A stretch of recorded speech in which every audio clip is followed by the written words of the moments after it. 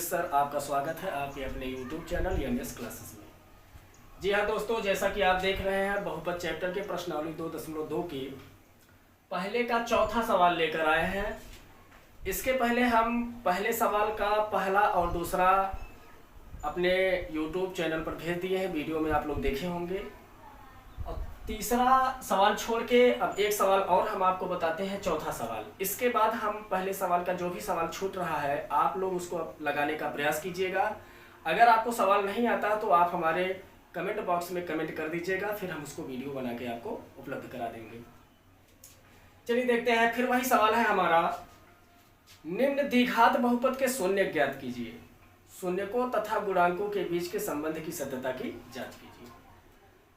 फिर वही बात आ गई, पहला काम हमें यह करना है कि निम्न द्विघात बहुपद के शून्य ज्ञात कीजिए। मतलब पहला काम हमारा यह है कि जो द्विघात बहुपद ये दिया गया है आपका, इसका हमें शून्य ज्ञात करना है। उसके बाद फिर शून्यक और गुणांकों के बीच के संबंध की सत्यता की जांच करनी है। चलिए देखते हैं कैसे। हमने आपको बताया था शून्यक का मतलब होता है इसमें जो चर का मान आप निकाल लेंगे गुणनखंड करके, वही आपका शून्यक कहलाता है। तो चलिए इसको गुणनखंड करके हम चर का मान निकालते हैं। इसके पहले हम इसके बराबर 0 कर लेंगे और इनका गुणनखंड करना हम शुरू करेंगे। दोस्तों जैसा कि आप यहाँ देख रहे हैं, इसमें इस बार इस बहुपद में 2 पद दिए गए हैं, और जब 2 पद दिए गए हैं तो इसका गुणनखंड हम उभयनिष्ठ गुणनखंड विधि द्वारा करेंगे। उभयनिष्ठ का मतलब होता है कि कॉमन करके गुणनखंड करेंगे। चलिए देखते हैं दोनों में कौन कॉमन है। यहाँ पर आप देख रहे हैं 4u, यहाँ पर आप देख रहे हैं 8u। इसका मतलब इसमें और इसमें आपको 4 मिल जाएगा, और फिर इसमें u का 2 घात, यहाँ u का 1 घात, तो छोटा घात कॉमन होता है, तो आप u कॉमन कर लेंगे। अब 4 आपका कॉमन हो गया है, u का 1 घात कॉमन हो चुका है, 1 घात बचा है, प्लस 4 दूना 8, 2 बचेगा आपका, और u कॉमन जा चुका है बराबर 0। अब देखते हैं, यदि इतने इक्वल 0 है, इतने बराबर 0 है, तो इसका मतलब ये होता है कि एक बार इनको बराबर 0 रख के मान निकाल लेंगे, फिर एक बार इनको 0 रख के मान निकाल लेंगे। चलिए देखते हैं, पहले 4u = 0। अब u = हो जाएगा आपका 0/4, और 0 में जब 4 से भाग देंगे, 0 में जब 4 से आप भाग देंगे तो आपका 0 आ जाएगा। क्यों? क्योंकि 0 में अगर आप किसी संख्या से भाग करते हैं तो उसका मान 0 ही आएगा। u का एक मान ये आ गया। अब दूसरे के मान की तरफ चलते हैं। यहाँ पर आपका दिया है u + 2 = 0, यही है, इतने बराबर 0 रख दिया, और u बराबर 2 को पक्षांतर करेंगे, इधर आएगा तो ये हो जाएगा आपका -2। अब u का मान एक तो ये आ गया। तो हमने कहा था इस बहुपद को गुणनखंड करने के बाद जो इस चर अर्थात u वाले चर का जो मान आएगा, वही मान आपका क्या कहलाएगा? शून्यक कहलाएगा। तो शून्यक क्या हो गए हमारे? शून्यक हो गए, एक तो 0 आ गया और दूसरा वाला आपका आ गया -2। आप यहाँ देख रहे हैं शून्यक हमारे पास उपलब्ध हो गए। अब क्या करना है? सवाल में बोला था कि निम्न द्विघात बहुपद के शून्य ज्ञात कीजिए, तो हमने इस द्विघात बहुपद का शून्य ज्ञात कर लिया।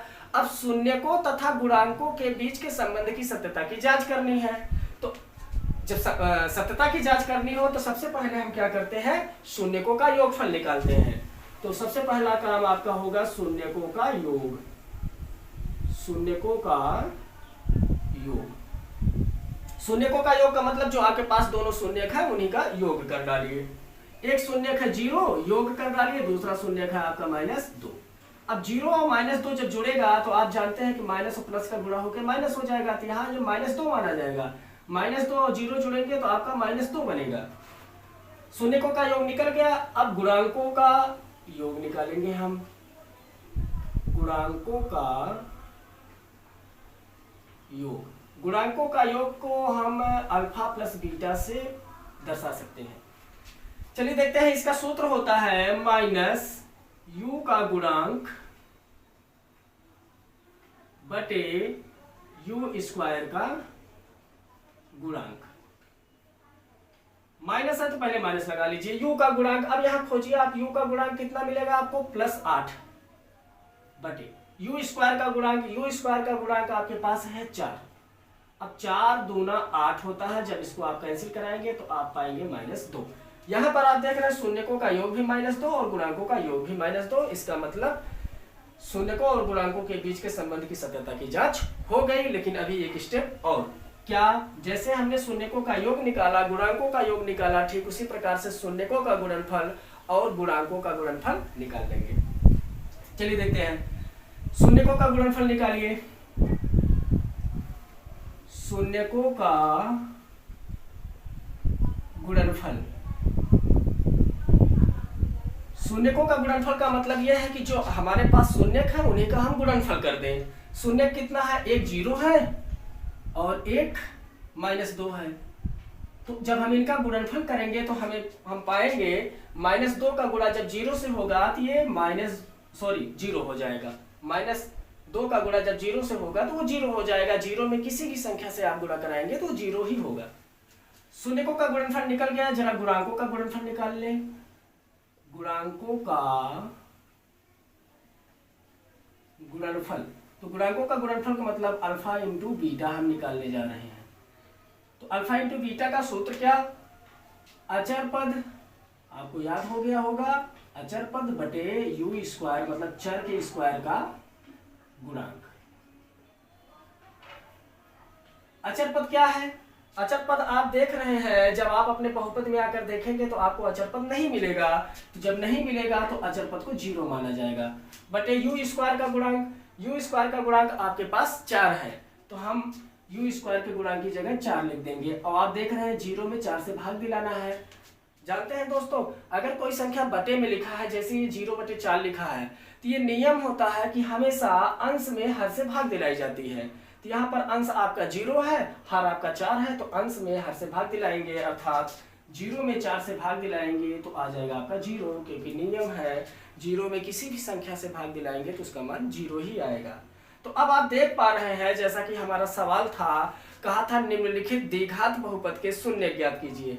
तो हम इस द्विघात बहुपद के शून्य ज्ञात कर लिए। कहा गया ये निम्नलिखित द्विघात बहुपद के शून्य ज्ञात कीजिए, तो बहुपद का शून्य हमने ज्ञात कर लिया। फिर कहा था शून्य तथा गुणांकों के बीच के संबंध की सत्यता की जांच कीजिए। तो शून्य और गुणांकों के बीच, शून्य और गुणांकों के बीच के संबंध की सत्यता की जांच कर लिए। आशा करता हूं कि यह सवाल आपको समझ में आया होगा। और यदि इस सवाल में जो 1-2 सवाल बच रहे हैं, अगर आप नहीं लगा पाते हैं तो आप हमारे कमेंट बॉक्स में कमेंट करके बता दीजिएगा। हम जो सवाल आपको नहीं आएगा हम उसको लगा के आपको उपलब्ध करा देंगे। और अंतिम में ये चाहता हूँ कि यदि आप हमारे चैनल पर नए हैं तो इस चैनल को लाइक, सब्सक्राइब एंड शेयर जरूर करें। धन्यवाद।